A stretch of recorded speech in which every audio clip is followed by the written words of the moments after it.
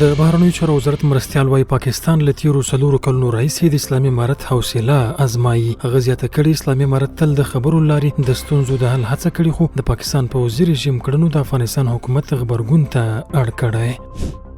په دوحه کې افغان سفیر ویلي کابل کې د هند سفارت پرانیستل به د سیمې د سولې او ثبات په پیاوړتیا کې مرسته وکړي. نوی ډیلي کرن یادوف د افغانستان لپاره خپل نوی سفیر ټاکلی دی.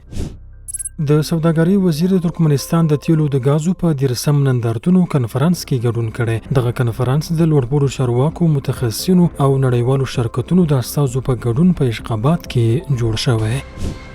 او د یمن حکومت 6 تنه ایرانی وګړي د 3 ټنه نشي توکو د قاچاق په جرم اعدام کړي. یمني چارواکو ویلي دي چې د قاچاقي شبکو د فعالیتونو زیاتېدو لامل د عرب سمندر په ختیځ سواحلو کې کنټرول زیات کړی.